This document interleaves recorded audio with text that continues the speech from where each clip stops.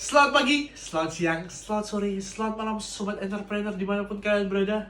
Pada kesempatan hari ini, kita akan membahas mengenai teknologi. Kenapa teknologi? Karena teknologi merupakan hal yang dekat dengan kita sebagai Gen Z, milenial, atau apapun itu. Kita sebagai generasi sekarang banyak mengenal dengan teknologi. Seperti contoh handphone, iPad, laptop, TV, dan lain sebagainya. Semua merupakan teknologi. Teknologi telah mempengaruhi kita mulai dari cara kita bekerja, cara kita berkomunikasi, hingga bagaimana kita mendapatkan informasi. Contohnya seperti apa sih? Contohnya seperti dahulu, customer service bekerja seharian full menjawab pertanyaan-pertanyaan yang ada di masyarakat. Tapi saat ini ada bantuan daripada AI yang membantu untuk menjawab pertanyaan-pertanyaan tersebut. Seperti contoh pertanyaan-pertanyaan yang berulang. Kapan sih bukanya? Jam berapa? Dan lain sebagainya. Oleh karena itu, teknologi membantu kita dalam hal bagaimana cara kita bekerja. Lalu yang kedua, bagaimana cara kita berkomunikasi. Yang dahulu kita berkomunikasi mungkin zaman orang tua kita, kakek nenek kita berkomunikasi secara langsung, bertatap muka, harus ketemu satu dengan yang lainnya. Akan tetapi di era sekarang kita hanya bisa bertemu atau berkomunikasi hanya dengan menggunakan smartphone yang kita miliki. Dengan smartphone tersebut mungkin kalian bisa bertemu dengan saudara kalian yang jauh di sana. Secara langsung kita juga bisa berkomunikasi. Seperti halnya saya bisa berkomunikasi dengan teman saya yang berkuliah di Amerika, di Australia, dan lain sebagainya. Lalu yang ketiga, bagaimana kita mendapatkan informasi. Dahulu kita mendapatkan informasi dengan bertanya ke orang tua terlebih dahulu. Jika kita gagal mendapatkan informasi dari orang tua, kita bertanya ke guru kita. Jika kita bingung bertanya ke guru kita tanya lagi ke orang yang lebih mengenal daripada pertanyaan yang kita miliki. Seperti halnya kita bertanya tentang pengelolaan sampah, mungkin kita tanya langsung ke petugas-petugas yang bekerja untuk mensortir sampah, membeda-bedakan sampah, dan lain sebagainya. Akan tetapi, dengan adanya teknologi berubah. Dengan kita mengakses informasi melalui internet, lalu hingga saat ini kita dapat mengakses informasi hanya menggunakan ChatGPT. Dimana dengan ketika kita bertanya di ChatGPT, langsung jawaban muncul dengan diringkas dan kita dijelaskan juga apa daripada makna pertanyaan kita. Oleh karena itu, teknologi telah memungkinkan kita untuk mencapai hal-hal yang sebelumnya dianggap tidak mungkin. Bagaimana mungkin kita bisa berkomunikasi dengan teman kita atau saudara kita yang ada di luar negeri? Tetapi lihat sekarang, kita mungkin dan sangat bisa untuk berkomunikasi hanya dengan internet. Lalu oleh karena itu, pada kesempatan kali ini saya akan menjelaskan kepada kalian kira-kira apa sih 10 teknologi yang akan menjadi tren di 5 tahun yang akan datang. Kalian penasaran?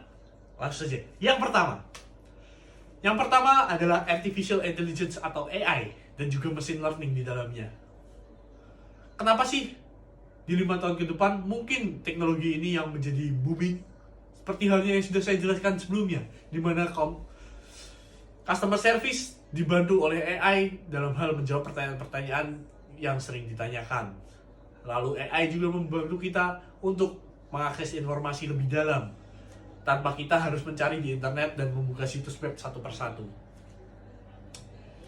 AI merupakan contoh bagaimana bukan lagi sekedar konsep futuristik, tetapi mereka sudah ada di sekitar kita dan akan semakin menjadi bagian daripada kehidupan kita sehari-hari. AI akan membantu kita di bidang kesehatan, pendidikan, dan bahkan keamanan. Bagaimana kita bisa bayangkan AI yang bisa didiagnosis penyakit dengan akurasi yang tinggi dan melebihi kinerja daripada dokter itu sendiri. Karena dokter biasanya terpengaruh dengan kondisi tubuh mereka, kondisi fisik mereka. Tetapi dengan menggunakan AI kita dapat memprediksi penyakit dan mendiagnosisnya secara lebih baik tanpa adanya kelelahan dan lain sebagainya. Contoh nyata daripada AI yang digunakan adalah aplikasi kesehatan yakni Babylon Health yang memberikan diagnosa secara lebih awal daripada gejala yang kita masukkan. Lalu di pendidikan terdapat platform seperti Coursera, dan mungkin salah satu dari kalian pernah menggunakan Coursera untuk belajar hal-hal seperti teknologi yang lebih dalam seperti IT support, networking, develop aplikasi, website, dan lain sebagainya. Coursera sudah menggunakan AI untuk merekomendasikan kepada kalian kursus yang sesuai dengan minat dan kemampuan kalian. Jadi mungkin kalau kalian yang sudah menggunakan Coursera pernah melakukan pembelajaran mengenai website, mungkin kemudian kalian diarahkan lanjut untuk develop Android, develop mobile, develop, dan lain banyak sebagainya. Lalu apa sih dampak masa depan daripada AI itu sendiri? AI akan menjadi lebih personal, di mana AI dapat membantu kita dengan saran-saran yang sangat spesifik dan bahkan mungkin bertindak sebagai asisten pribadi kita.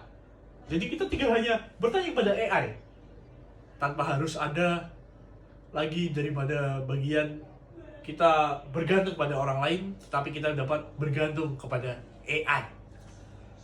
Lalu yang kedua ada IoT. Apa sih IoT? IoT adalah Internet of Things. IoT akan membuat rumah kita, kantor, dan bahkan kota kita menjadi lebih pintar. Bagaimana IoT akan menghubungkan perangkat-perangkat yang dapat mempermudah bagaimana cara kita bekerja. Sebagai contohnya, IoT yang bisa diterapkan di kehidupan sehari-hari di rumah adalah sebagai contoh kita melakukan monitoring terhadap tempat sampah kita. Kita hanya bisa dapat mengecek daripada HP kita, apa sih kondisi daripada sampah yang kita miliki, apakah sudah penuh atau belum, apakah kita perlu membuang atau tidak, sudah berapa lama sampah ini terpenuh, dan apa yang harus kita lakukan. IoT dapat membantu kita untuk melakukan monitoring seperti halnya manusia bisa melakukannya.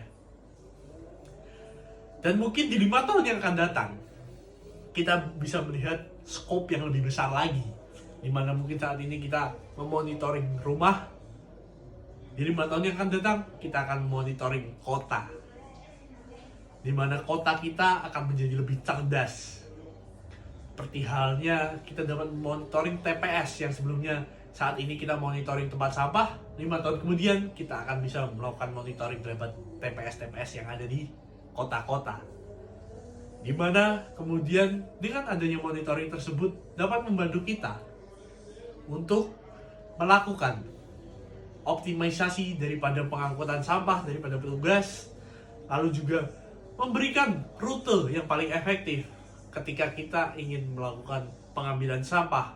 Karena dengan adanya IoT kita dapat melakukan monitoring dan juga melakukan analisis yang lebih dalam, karena data yang kita miliki akan lebih besar cakupannya. Saat ini mungkin seperti itu, tapi kita lihat dampaknya seperti apa di masa depan. IoT akan membuat hidup kita lebih nyaman, akan lebih hemat energi. Kenapa? Karena kita sudah menanamkan teknologi di dalamnya, sehingga kita tidak perlu lagi melakukan pengecekan satu persatu, tetapi hanya dengan satu HP atau smartphone yang kita miliki, kita dapat melakukan monitoring di dalam semuanya itu. Lalu, menurut kalian, seperti apa sih dampak daripada IoT? Jika kalian ada pertanyaan terkait IoT atau diskusi terkait IoT, kalian bisa cantumkan di kolom komentar untuk berdiskusi dengan saya lebih dalam. Karena saat ini saya juga telah sedang mengembangkan bagaimana IoT untuk melakukan monitoring daripada TPS yang saya jelaskan sebelumnya. Teknologi yang akan menjadi tren di 5 tahun yang akan datang adalah 5G dan komunikasi yang lebih cepat. Jaringan 5G akan mengubah cara kita berkomunikasi dan berinteraksi dengan teknologi. Kenapa demikian? Karena kecepatan akan jauh lebih cepat. Dan juga 5G memungkinkan kita untuk mengakses aplikasi baru, termasuk virtual reality ataupun augmented reality yang lebih realistis. Contoh nyata saat ini kita sedang melihat uji coba 5G di beberapa kota-kota besar. Dengan 5G kita bisa menonton video dalam kualitas Ultra HD, di mana gambarnya sudah sangat-sangat seperti nyata. Dibandingkan dengan 5 tahun sebelumnya, mungkin gambar saat ini sudah jauh berbeda. Dulu masih pixel-pixel, sekarang sudah menjadi lebih jelas. Dan dengan 5G juga kita dapat mengakses tanpa buffering. Selain itu, sebagai kita yang hobi bermain game, tentunya dengan adanya jaringan 5G akan membuat kita bermain game tanpa lag lagi. Lalu kemudian yang keempat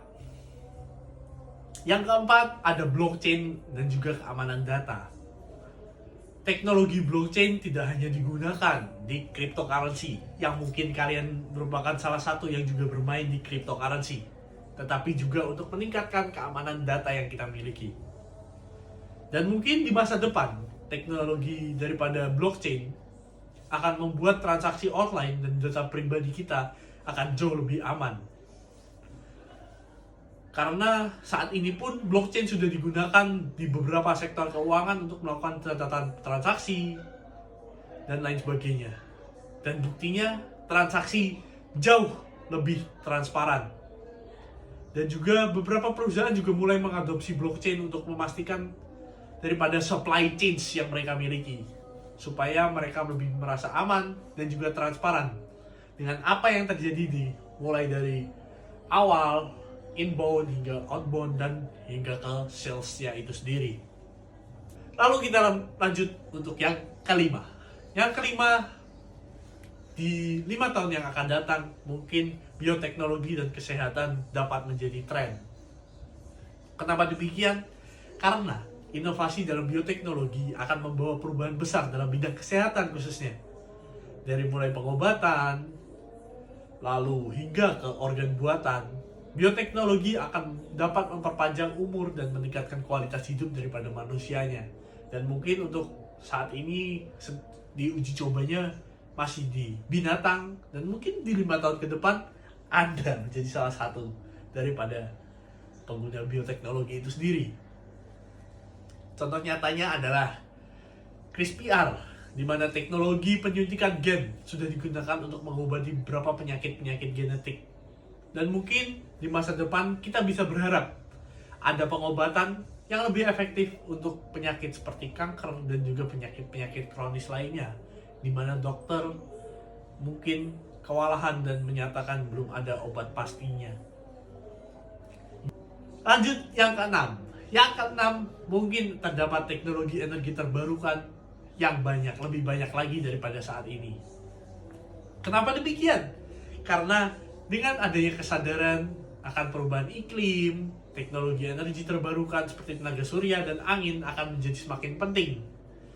Karena jika kita terus mengharapkan pada batu bara dan lain sebagainya, mungkin kita akan ada saatnya di titik kita akan memerlukan itu, dan sangat jarang. Oleh karena itu, para ilmuwan akan terus berpikir bagaimana di 5 tahun yang akan datang semakin banyak lagi energi-energi terbarukan. Contoh nyatanya adalah seperti Tesla.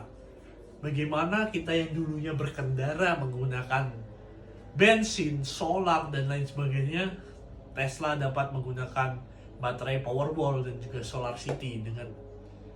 Dengan adanya tersebut, mungkin terjadi kemajuan besar.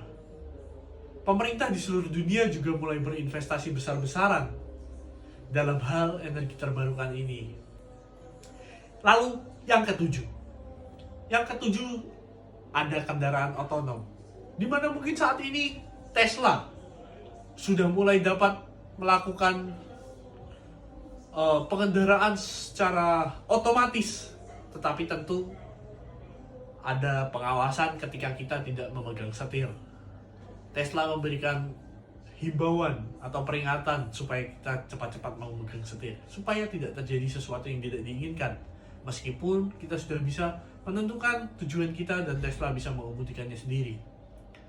Tetapi mungkin di saat ini presentasi keberhasilan daripada self-driving tersebut mungkin sangat kecil, tetapi mungkin di 5 tahun yang akan datang akan menjadi sempurna. Kita tidak ada yang tahu, karena perkembangan teknologi tidak bisa kita prediksi. Contoh nyatanya seperti Tesla tadi. Lalu dampaknya seperti apa di masa depan? Dengan adanya kendaraan otonom, akan membantu kita mengurangi kemacetan, khususnya di kota-kota besar yang padat penduduknya dan juga padat pengemudinya, seperti di Jakarta, Bandung, dan lain sebagainya. Dengan adanya kendaraan otonom, tentunya akan juga mengurangi angka daripada kecelakaan. Oleh karena itu, kita berharap banyak dengan kendaraan otonom supaya dapat mengurangi kecelakaan yang ada di Indonesia. Lalu kita masuk ke teknologi yang ke-8. Apa sih teknologi ke-8 yang mungkin akan menjadi tren di 5 tahun yang akan datang? Teknologi yang mungkin adalah percetakan 3 dimensi atau 3D printing. 3D printing akan mengubah cara kita memproduksi barang. Dari yang dulunya kita memproduksi spare part dengan manual, percetakan daripada lempengan besi, mungkin di 5 tahun yang akan datang kita hanya tinggal menentukan bentuknya, kita dapat melakukan pencetakan 3 dimensi. Contoh nyatanya 3D printing sudah digunakan untuk membuat prototipe-prototipe di bidang manufaktur dan bahkan mencetak bagian tubuh manusia untuk keperluan medis. Ada juga restoran yang mulai menggunakan percetakan 3 dimensi untuk makanan. Masuk ke teknologi yang ke-9 atau 2 teknologi terakhir. Kita masuk yang ke-9.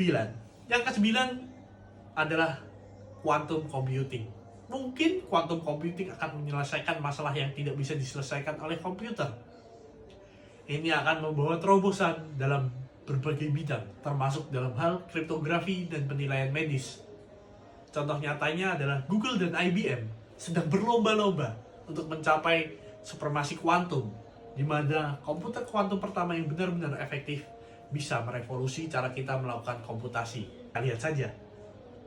Lalu, teknologi yang terakhir, atau teknologi yang ke-10, adalah human augmentation. Apa sih human augmentation? Human augmentation merupakan teknologi augmentasi manusia yang mengintegrasikan perangkat teknologi dengan tubuh manusia, meningkatkan kemampuan fisik dan juga kognitif kita. Yang mungkin sebelumnya kita kesulitan untuk mengingat sesuatu, mungkin di 5 tahun yang akan datang, itu akan jauh lebih mudah. Dan mungkin apa yang terjadi saat ini dan kita menganggap tidak mungkin, kita lihat di 5 tahun yang akan datang. Jika memang benar tebakan saya, jangan lupa subscribe jika saya masih membuat video-video terkait teknologi, terkait dengan bisnis-bisnis lainnya.